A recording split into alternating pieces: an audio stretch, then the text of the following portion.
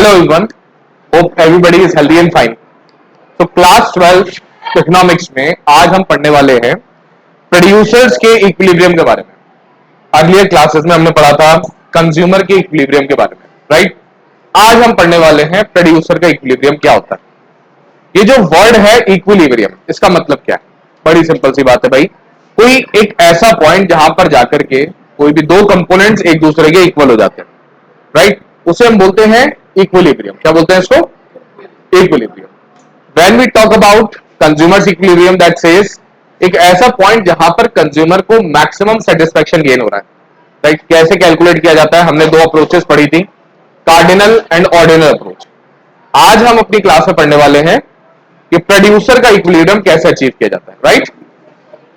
तो कैसे अचीव किया जाएगा उसके लिए भी further we have two approaches. आइए देखते हैं क्या है वो अप्रोचेस, डिस्कस करेंगे.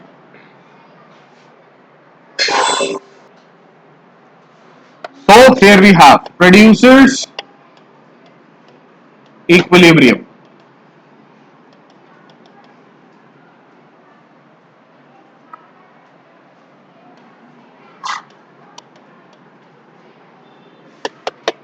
Point of maximum profit. Producers क्या चाहते हैं? कैसे हमारा प्रॉफिट जो है वो ज्यादा हो, राइट? यही चाहता है प्रोड्यूसर. फॉर दैट मैटर उसके लिए इक्विलिब्रियम पॉइंट कौन सा होगा? जहां पर मैक्सिमम प्रॉफिट उसको गेन होगा. सिंपल सी बात. अप्रोच कौन कौन सी हैं आइए वो देखते हैं. सबसे पहले we have MR and MC approach. बहुत सिंपल सी बात है भाई. Another approach we have TR and TC approach. तो सबसे पहले ये देखते हैं कि टीआर, टीसी, एमआर, एमसी क्या है. अर्लियर चैप्टर में हम पढ़ चुके हैं ऑलरेडी. एमआर का फुल फॉर्म है मार्जिनल रेवेन्यू.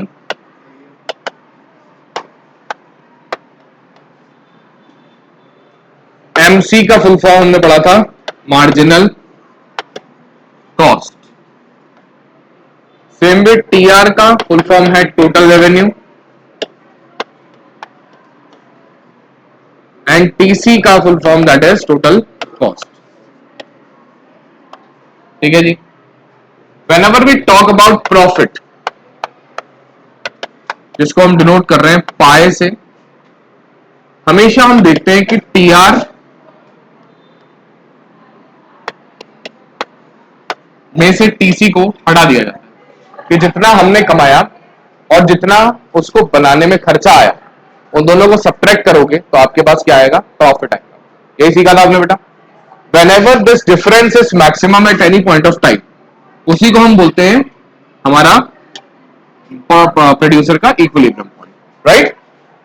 अब क्या ये हमेशा मैक्सिमम आता है? अगर कम होगा तो क्या होगा? तो आइए वो तीन चीजों के बारे में हम पढ़ेंगे जो हमारा नेक्स्ट टॉपिक, जिसे हम कहते हैं economic profits and accounting profits. ठीक है जी. इकोनॉमिक प्रॉफिट्स कौन से प्रॉफिट्स एंड अकाउंटिंग प्रॉफिट्स.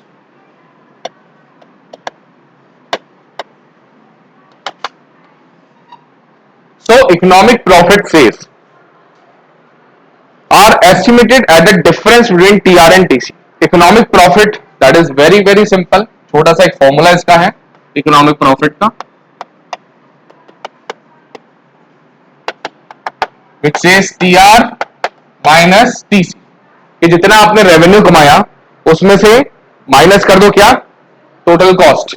लेकिन यहां पर कॉस्ट की जो बात की जा रही है दैट टीसी, इसमें दो चीजें हैं. एक तो सारी एक्सप्लिसिट कॉस्ट और एक इम्प्लिसिट कॉस्ट. एक्सप्लिसिट कॉस्ट हमने पढ़ा था कि जब कॉस्ट कोई भी बाहर से रिसोर्सेज हायर करने के लिए हमारे खर्च होती है उसे एक्सप्लिसिट कॉस्ट कहते हैं. इम्प्लिसिट कॉस्ट कौन सी होती है? जब हम सेल्फ ओन्ड इनपुट्स को यूज करते हैं.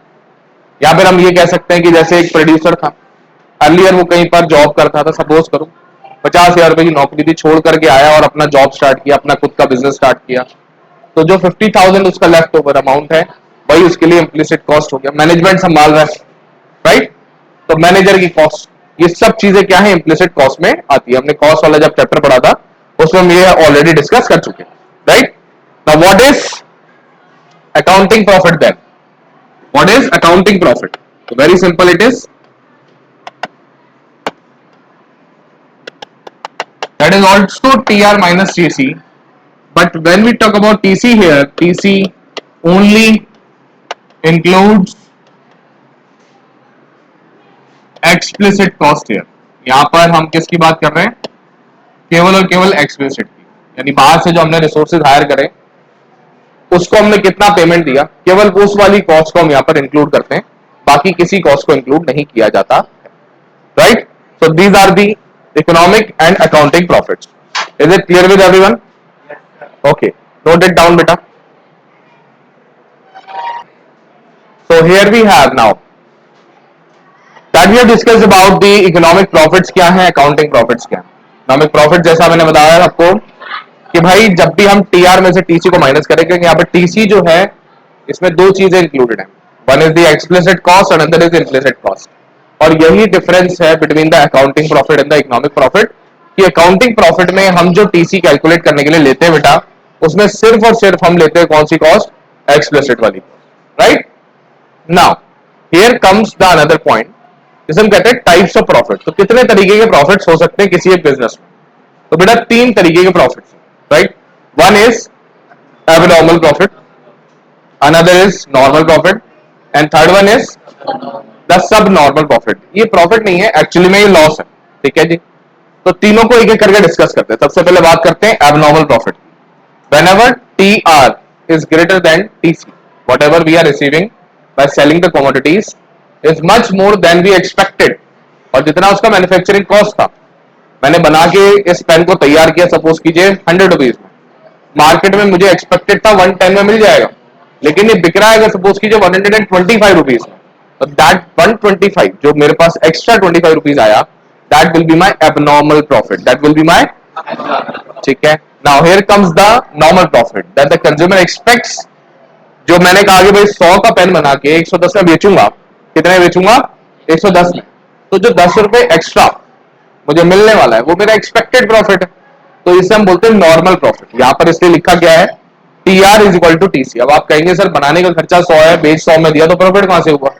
तो बेटा यहां पर जो टीसी है इसमें ऑलरेडी एक एक्सपेक्टेड मिनिमम रिटर्न है, जो कि आप मानते हो कि भाई किसी भी चीज को इतना बेच करके तो पैसा मुझे मिलना ही चाहिए. यहां पर जो नॉर्मल प्रॉफिट है उसकी एक छोटी सी डेफिनेशन लिखी हुई है, देखिए क्या? Minimum return that a producer aspects from his capital invested in the business. कि भाई आप अगर किसी बिजनेस में कैपिटल इन्वेस्टमेंट करते हो तो आप ये एक्सपेक्ट करते हो कि कम से कम इतना तो प्रॉफिट मुझे होना ही चाहिए, right? That minimum profit is actually known as the normal profit. And if any case आपका प्रॉफिट हो ही ना, आप बना रहे हो किसी भी चीज को 100 रुपीज में और सेल करना पड़ रहा है आपको किसी भी कारणवश 80 रुपए में, 90 रुपीज में और एनी लेसर अमाउंट, तो उस केस में आपका क्या हो जाएगा बेटा? That will be the sub normal profit, जिसे आप लॉस भी कह सकते हैं. Clear to all? Okay, write it down. So now we will move towards the approaches for producers equilibrium, right? कैसे हम प्रोड्यूसर का इक्विलिब्रियम निकाल सकते हैं? We have already discussed about two approaches. One is MR and MC approach and another is TR and TC approach, right?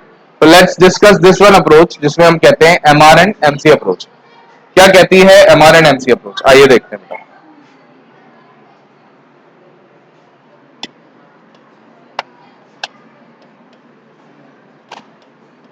कहते हैं equilibrium आएगा, लेकिन कहां आएगा? whenever three conditions will be satisfied. One is MR should be equal to MC.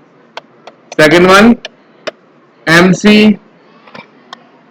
should be rising. ये MC कैसा होना चाहिए? बढ़ता हुआ. Third one is कि whenever we talk about the equilibrium point, AR should always be greater than or equal to ABC. What is AR and ABC? AR we have already discussed, that is average revenue.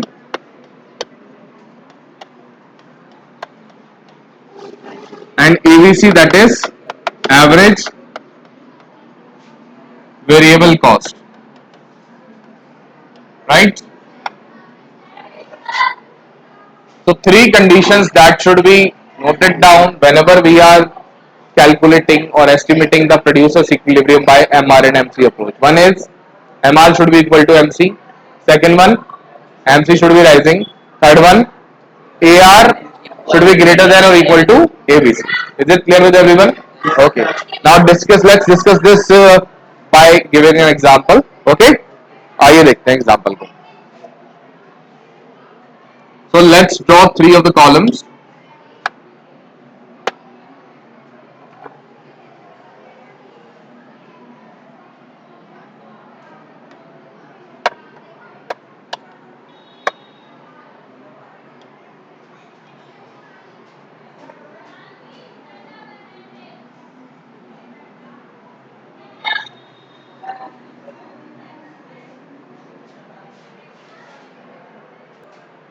So let's look at this table now.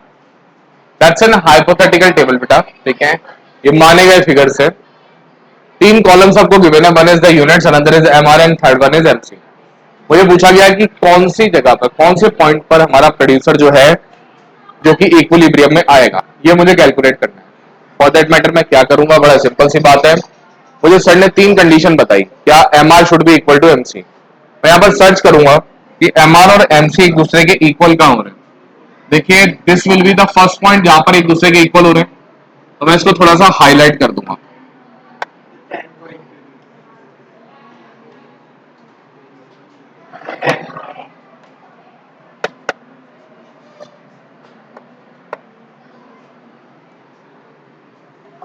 This is the point जहां पर हमारा M R और MC क्या हो रहा है, equal हो रहा है. Now what will be the another point, that's here only, जहां पर एम आर और एमसी क्या एक दूसरे के इक्वल है, राइट. नाउ हमारे सामने समस्या जो आई है दैट विल बी कि भाई ये वाला इक्विलिब्रियम पॉइंट बनेंगे या ये इक्विलिब्रियम पॉइंट बनेंगे.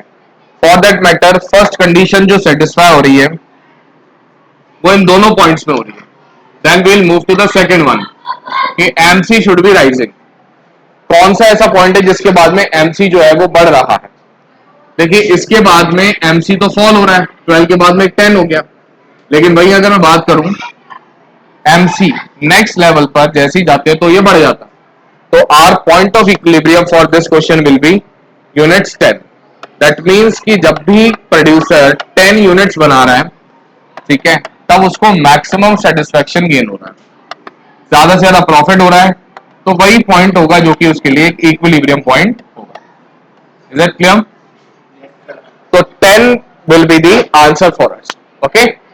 Now how 10, what is the reason behind it. भाई बहुत सिंपल सी बात है. हमने पढ़ा क्या था, मार्जिनल कॉस्ट. मार्जिनल कॉस्ट का मतलब है कि एक और यूनिट अगर मैंने बनाई तो उस एक एडिशनल यूनिट को बनाने का खर्चा क्या, that is marginal cost only. M R क्या सीखा था, मार्जिनल रेवेन्यू. एक अगर एडिशनल यूनिट बेची, उसको बेचने से कितना पैसा मिल रहा है. मैं कहता हूं बेचने से पैसा जो मिल रहा है दैट इज ओनली 12. भाई अगर मैंने एक यूनिट और बेची तो मुझे प्रॉफिट कितने का या पैसा कितना मिलेगा, 12 रुपीज. लेकिन वही एक एडिशनल यूनिट और अगर मैन्युफैक्चर करी तो मेरा खर्चा आएगा 15 रुपए. तो क्या मैं ऐसे कंडीशन में प्रोडक्शन करूंगा जहां पे मेरा रेवेन्यू एडिशनल वाला बढ़ गया और कम हो गया और कॉस्ट मेरी जो है वो बढ़ गई, यानी मैं नुकसान में चला जाऊंगा. जैसे मैंने एक एक्स्ट्रा यूज, एक चीज और बना दी, एक यूनिट और प्रोड्यूस कर दिया, क्योंकि तो जैसे ही एडिशनल यूनिट प्रोड्यूस किया वैसे ही मेरा रेवेन्यू तो कम हो गया और मेरे कॉस्ट इंक्रीज हो गई. जैसे ही रेवेन्यू कम होता है कॉस्ट इंक्रीज होती है. दैट इज द पॉइंट जहां पर प्रोड्यूसर जो है वो प्रॉफिट की जगह लॉस इनकर करना स्टार्ट हो जाता है, राइट. तो दैट इज वाई जस्ट उससे एक स्टेप पहले that will be the point for equilibrium offers. Okay. That is why we have chosen this point for equilibrium. I hope this is clear with everyone. देखिए बड़ा simple सा chapter है, इसमें कोई ज्यादा खास वो चीज नहीं है. हमारे टीआर एंड टीसी अप्रोच क्या कहती है, इस अप्रोच को भी देख लेते हैं. This was the MR and MC approach, right. Now what TR and TC approach says,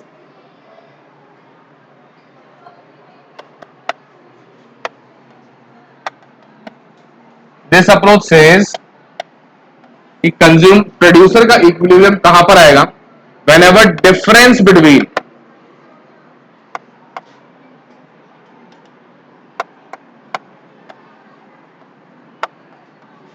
T R and T C is maximum.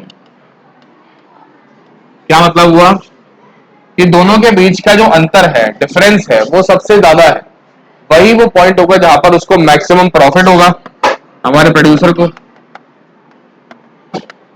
और यही वो पॉइंट है जहां पर उसको प्रोड्यूसर को इक्विलिब्रियम भी मिलेगा, राइट। क्योंकि प्रोड्यूसर का इक्विलिब्रियम आएगा कहां पे, जहां पर प्रॉफिट सबसे ज्यादा है। प्रॉफिट ज्यादा सबसे ज्यादा कहां है, जहां पर टीआर और टीसी का डिफरेंस सबसे ज्यादा, राइट। Clear to everyone. तो आज आपको एक छोटा सा एग्जांपल ड्रॉ करना है, ठीक है, और मुझे शेयर करना है उसको, जिसमें आप एक हाइपोथेटिकल फिगर्स को लेकर के, टीआर और टीसी को लेकर के एक डायग्राम बनाएंगे, ठीक है, और उसकी एक टेबल बनाएंगे, और ये शो करेंगे कि टीआर और टीसी का डिफरेंस मैक्सिमम कहां पर है और वही इक्विलिब्रियम पॉइंट आ रहा है या नहीं। Clear with everyone. तो यहीं पर ये चैप्टर जो है वो आपका फिनिश होता है, क्योंकि इतना सा ही इस चैप्टर में आपको बताया जाता है। Clear with everyone. Okay, thank you so much.